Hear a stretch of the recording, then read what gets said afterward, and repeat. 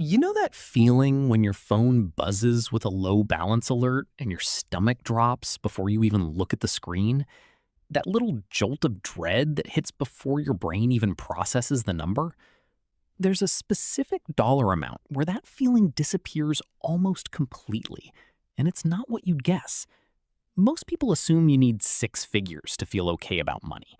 Some finance influencer will tell you that until you're sitting on $100,000, you're basically still broke. But here's what they're not telling you. There's a much smaller number that does almost all the heavy lifting when it comes to your peace of mind. That number is $10,000. My name is Bob, and I spend an unreasonable amount of time thinking about money, psychology, and why some people seem to breeze through financial setbacks while other people get wrecked by a single flat tire. If you're the kind of person who wants to actually understand why money messes with your head instead of just being told to budget better, hit subscribe and drop a thumbs up if this ends up changing how you see your bank account. Before we get into why $10,000 is the real turning point, let me ask you something. When you picture financial security, what comes to mind?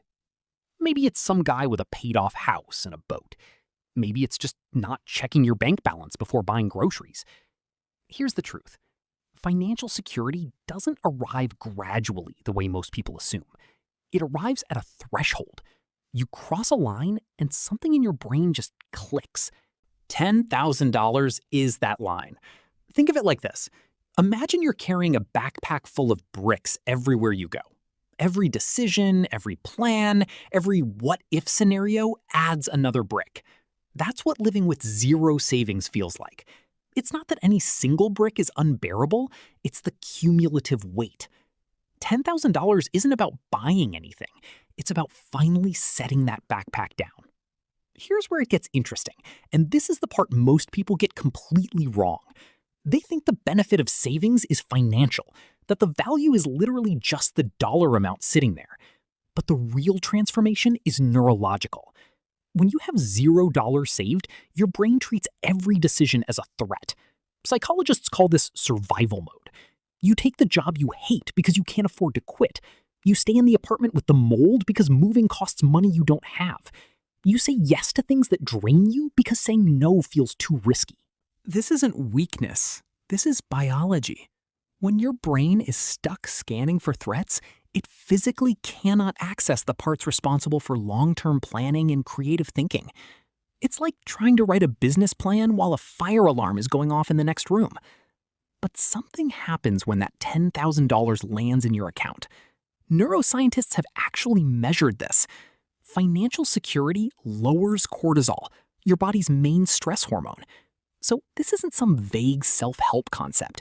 It's a measurable physical shift. Your body calms down. And when your body calms down, your brain finally has room to think past next Tuesday. Let's get specific about what changes, because I want you to actually picture this. Your coworkers mention a happy hour, and instead of the usual, "I can't, I'm busy," you're just there, ordering what you actually want off the menu instead of scanning for the cheapest thing on it. Now, here's a scenario a lot of you know personally. Your transmission starts making that grinding noise. Pre-$10,000, that noise is a 5-alarm fire. You're doing mental math on which credit card has room, whether you can push it another 2 weeks, whether you call your mom.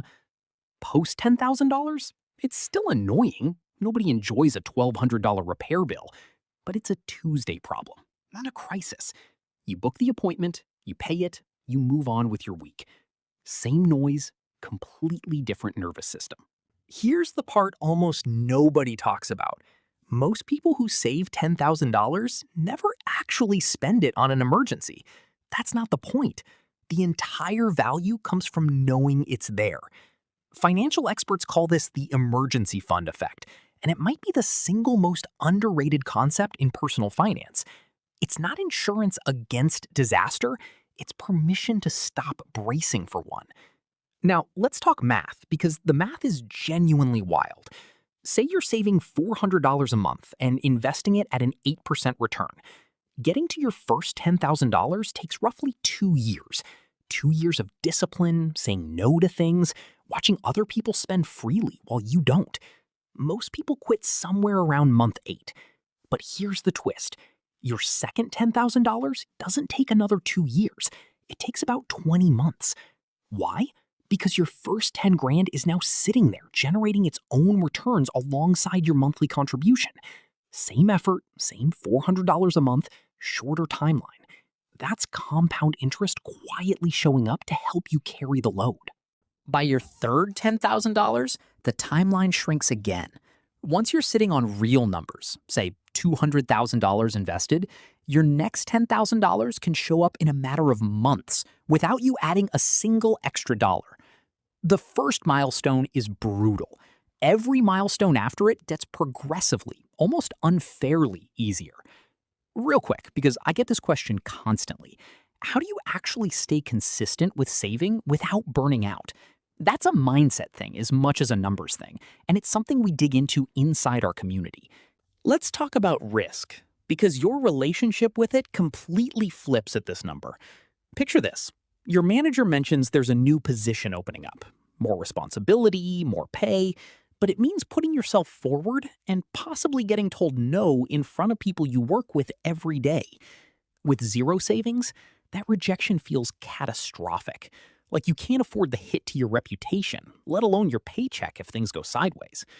With $10,000 sitting quietly in your account, you raise your hand anyway. Worst case, you hear no, and you're exactly where you started. That's it. That's the whole downside. There's a career angle people massively underestimate here too. When you're living paycheck to paycheck, you're trapped. Your boss could be a nightmare, the job could be soul-crushing, but you can't leave because you need next Friday's deposit to make rent. That's an incredibly weak negotiation position, and people can sense it, even if they can't name it. $10,000 changes that dynamic completely. Suddenly, you have what I'd call walking away money. Not quit tomorrow and vanish money, just enough that you're negotiating from stability instead of desperation. You ask for the raise because the worst outcome is a no, and you'll survive either way. You push back on unreasonable requests. You explore other opportunities without the panic of, what if I don't find anything?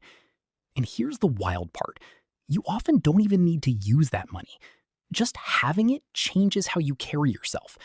You show up more confident, more direct, more willing to take the harder project. People notice, even if they can't explain why.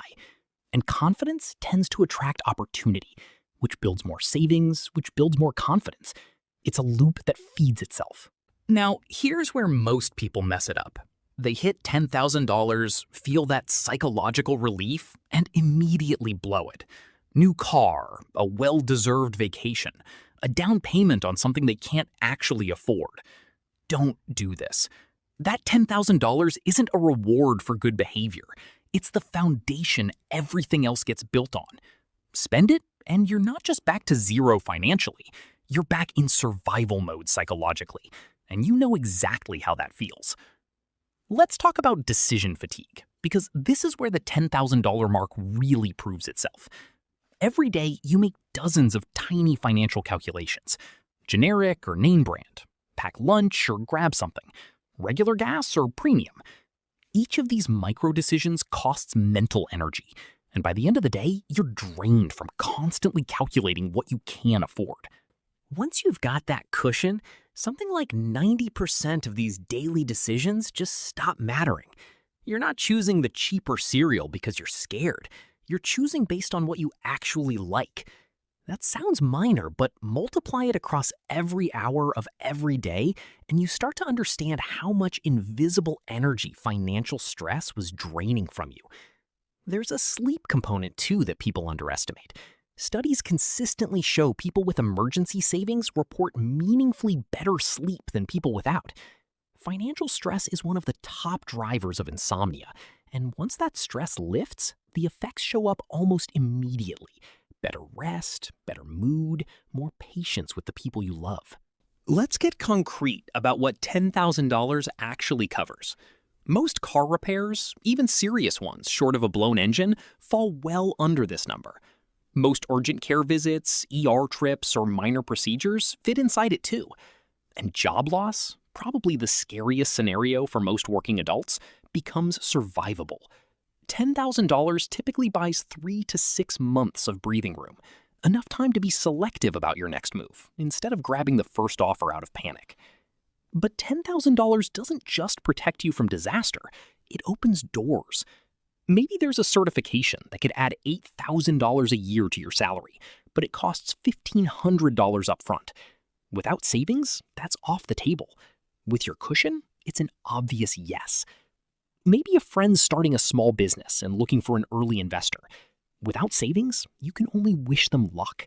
With $10,000, you at least have the option to say yes.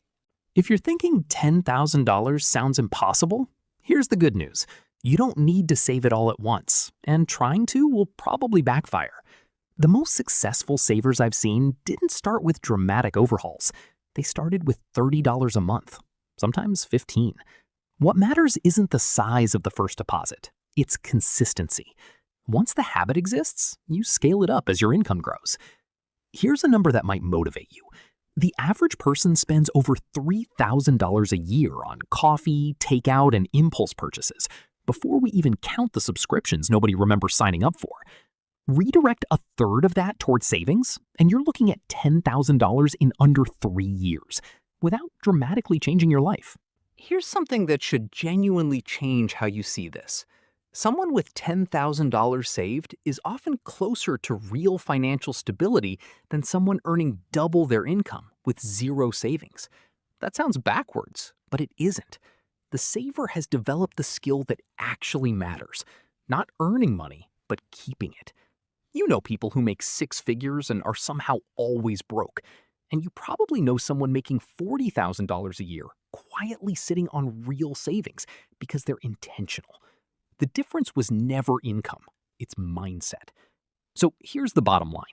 $10,000 isn't going to make you rich. It's not buying you a yacht or an early retirement, but it ends the 3 a.m. spiral. It changes how you negotiate, how you sleep, how you handle the next grinding transmission without your whole week collapsing. It's the line between reacting to your life and actually starting to design it. If you're starting from zero right now, that's fine. You don't need to see the whole staircase. You just need to save the next $30. The version of you standing on the other side of that $10,000 mark is going to look back at today and be genuinely grateful you started. If you found this helpful, hit that subscribe button so you don't miss the next one. Drop a like if this changed how you think about that first 10 grand, and let me know in the comments what number felt like a turning point for you. If you want to keep going, check out this video right here. It's another one that'll shift how you think about your money. And this one over here is definitely worth your next few minutes too. I'll see you in the next one.